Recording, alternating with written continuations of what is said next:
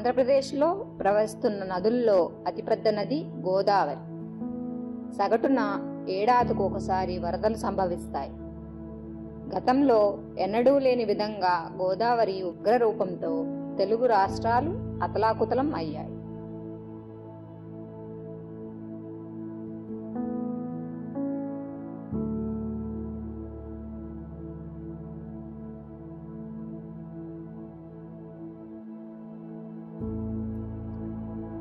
ఇంతటి మహావిపత్తు నుంచి బయటపడటానికి ఆంధ్రప్రదేశ్ రాష్ట్ర విపత్తుల నిర్వహణ సంస్థ కీలక పాత్ర పోషించింది.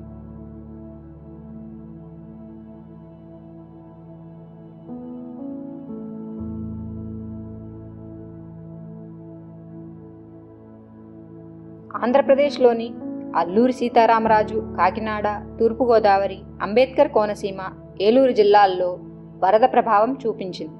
ధవళేశ్వరం వద్ద 16 ఏళ్ల క్రితం 28.5 లక్షల క్యూసెక్కులు నమోదైంది. ఆ తరువాత 2022లో అంతటి స్థాయిలో 25,80,000 క్యూసెక్కులు రికార్డు అయ్యింది. భారత వాతావరణ సంస్థ, central water commission, AP water resource information మరియు మేనేజ్మెంట్ సిస్టమ్ సమాచారం ద్వారా ఎగువ రాష్ట్రాల్లోని భారీ వర్షాలు, వరద ప్రవాహాన్ని ముందస్తు ప్రణాళికతో అంచనా వేసింది.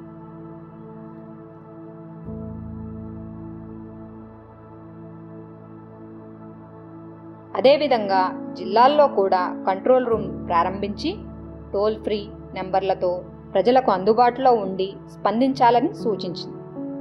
Print, electronic, digital, social media ద్వారా ప్రజలను విస్తృతంగా అప్రమత్తం చేసింది.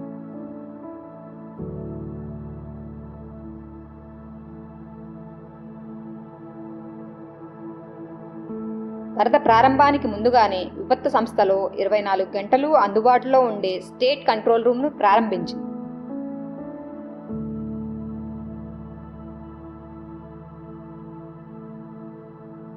ఆరు జిల్లాల్లో ఎన్ని లక్షల క్యూసెక్కులకు ఎన్ని మండలాలు ప్రభావితం అవుతాయో, ఎన్ని గ్రామాలు ముంపుకు గురవుతాయో అని స్పష్టంగా అంచనా వేసి జిల్లాల అధికారులకు సమాచారం అందించింది.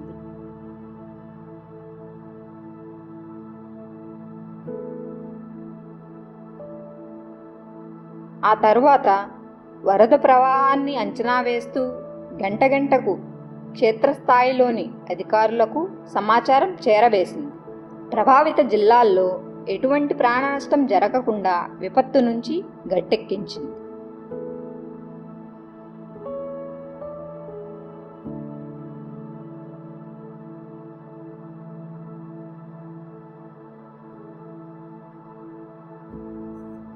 కీలక సమయంలో గోదావరి పరివాహక ప్రాంతాల్లోని 23 లక్షల మందికి వరద ఉధృతి తెలుపుతూ అలర్ట్ మెసేజ్లు పంపించారు.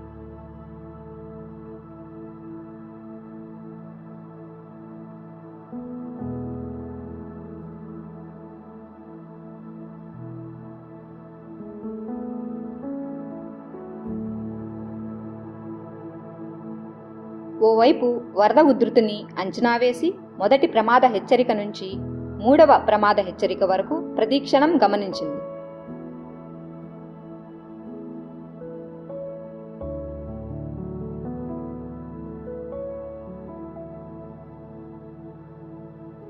సురక్షిత ప్రాంతానికి తరలింపు ప్రక్రియ ద్వారా పెను ప్రమాదాన్ని తప్పించింది. 6 జిల్లాల్లోని 45 మండలాలు, 467 గ్రామాల్లోని 3,60,000 మందిపై ప్రభావం చూపింది.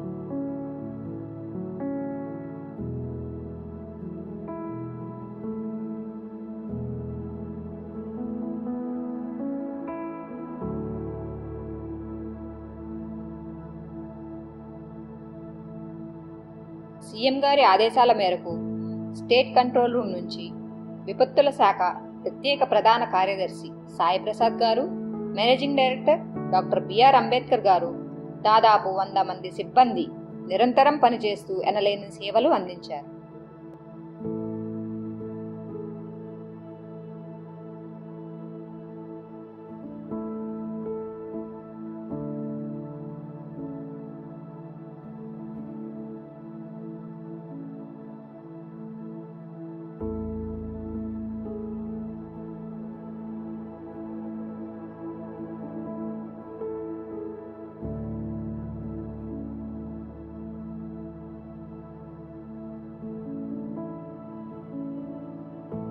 సహాయక బృందాలు చేరలేని విపత్కర స్థితిలో ఏలూరు జిల్లాలోని గ్రామాలకు హెలికాప్టర్ ద్వారా 6 రోజుల పాటు ఆహారం, నిత్యావసర సరుకులను అందించారు.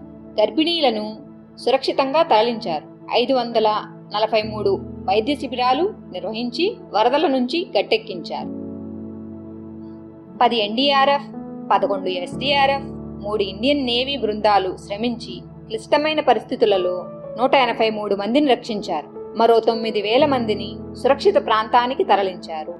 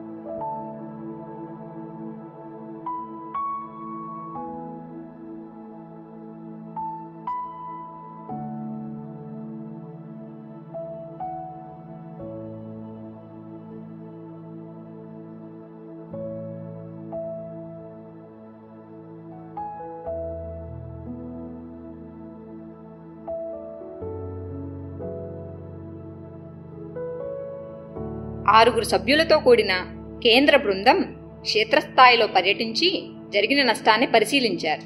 రాష్ట్ర ప్రభుత్వం తరపున కేంద్ర బృందానికి మెమోరాండాన్ని సమర్పించారు.